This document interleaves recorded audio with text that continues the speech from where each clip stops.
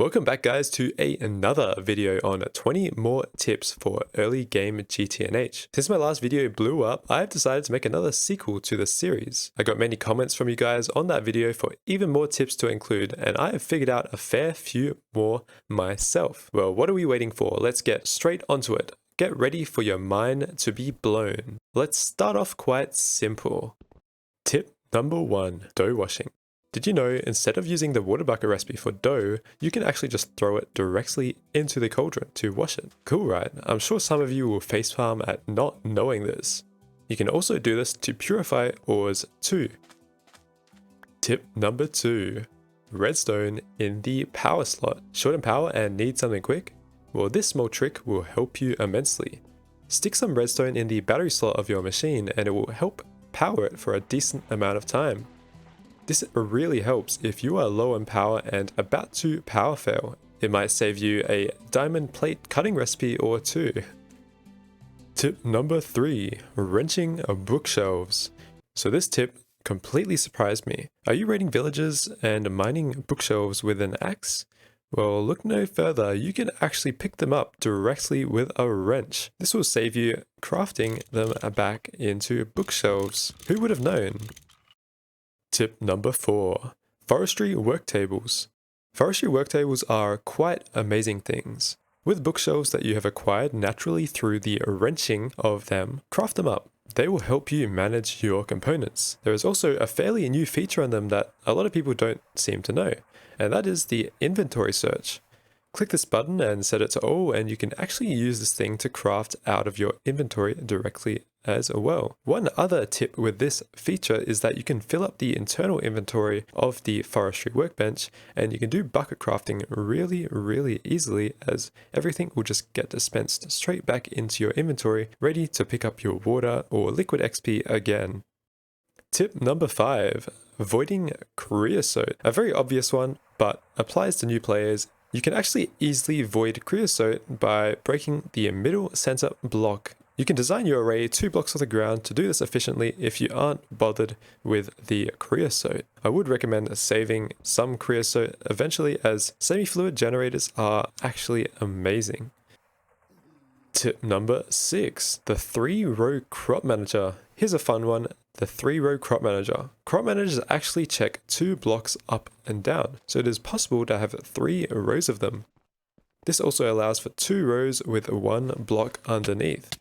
Bonus tip, garden soil does not give the stat bonus, but makes crops so that they can't be trampled. It also makes it so you don't need a water source.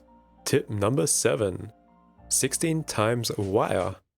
Sick of waiting for wires? Well, you know I am. Look no further, there is a solution for this. All early game wires have crafting recipes. So just always put your wire mill on 16 times and craft these wires out into 16. Then you can just recombine these whenever you need. Tip number 8, Hollow Search NEI. So this is a good way to search for MBT items which you can't use T-search for. Put on your hollow glasses and just type in NEI what you want to find. Double click it, and now only items will be highlighted that will be searchable from NEI. Tip number 9, Vein Search NEI. A complement to this, Journey Map also works with NEI. Search for the name you want, double tap, and now you can filter through all the veins that you want. This can be really helpful if you have a ton of veins scanned. Tip number 10, bone meal faster with an auto clicker. Well, these next 2 tips are a little bit cheaty, but I decided to keep them in as they can be useful, and if you don't have morals like me, you can do it. There are quite a few mechanics in GTNH that work really well with auto clickers. An example of this is a bone meal. Macerating all these bones you can collect from the nether can yield you a ton of it. To use it, you can put on a really fast auto clicker and use stacks at a time on your crops in an instant. This is very useful for like cotton and string later on. There's also some Tinker's weapons that actually work with auto clickers, but you didn't hear that from me. Tip number 11, a really old strat, but reborn. Hunger is really annoying early game, especially with the distance you need to travel, sometimes in GTNH. Well, you're in luck because this age-old exploit still works. So how it works is that it significantly reduces the hunger that you lose while sprinting, like by a crazy amount. Okay, so this is how much we lose normally. You can see the gray bar going down fairly quickly. That's the saturation loss. Okay, now let's try again. So if you hit an animal or entity while you first start sprinting, this will cause the game for some reason to lose hunger just a lot slower. You can see that this bar is barely moving down compared to before. However, jumps are still the same. But yeah, just a really niche piece of knowledge that is or can be useful to know. Tip number 12, obsidian toolparts in Tinker's chests. There is a small tier skip I thought I'd mention that I didn't mention last video. Obsidian parts can actually spawn in Tinker's houses, and using an obsidian pickaxe head, you can actually mine obsidian for your early alumite. This might help a bit and provide you with a few more options to get that pickaxe level head up. Okay, tip number 13, Tinker's slime. So you see those islands that actually spawn with a slimy sapling? Using this, you can actually get a hammer pre-Toolforge. Yes, you heard me right. There is a chance that these mobs called king slimes can spawn, and they will drop an assortment of these tools. There is a small exploit you can do where you can take this fluid back to your base in a bucket, and you can constantly update it with a redstone signal and speed up the spawn rates of this. It's kind of weird, right? But eventually, after some time, you can actually spawn king slimes within your base and make a farm. Tip number 14, Y-Search. Here is a similar function to T-Search, just for in-world machines. In an EI, hover over any machine and press the Y key on your keyboard. It should then tell you the position in-world of that machine. This is particularly useful for team runs, when your teammates place machines everywhere. Tip number 15, Diamond Steam. Did you know you can power your RC boilers with diamonds? These have a fairly long burn time and will last you ages, especially if you mine out one vein. As a bonus, you can actually increase output by turning it into dust. This has the same burn value as normal diamonds. Tip number 16, the alloy smelter coke brick recipe.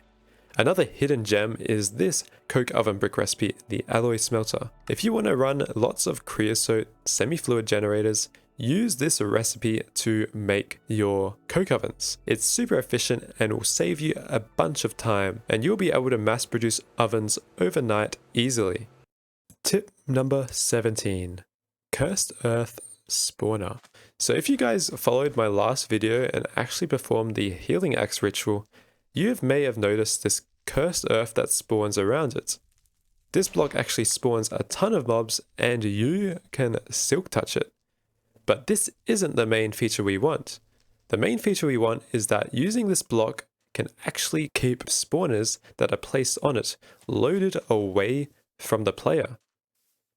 This will make your mob farms so much more efficient.